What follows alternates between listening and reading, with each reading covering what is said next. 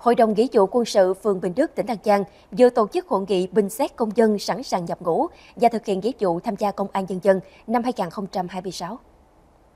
Tại hội nghị, Hội đồng Nghĩa vụ Quân sự phường Bình Đức thông qua các danh sách công dân đủ điều kiện sức khỏe thực hiện nghĩa vụ quân sự và nghĩa vụ tham gia Công an Nhân dân năm 2026. Kết quả có 95 công dân đủ điều kiện sức khỏe thực hiện nghĩa vụ quân sự và 12 công dân đủ điều kiện sức khỏe thực hiện nghĩa vụ tham gia Công an Nhân dân theo quy định.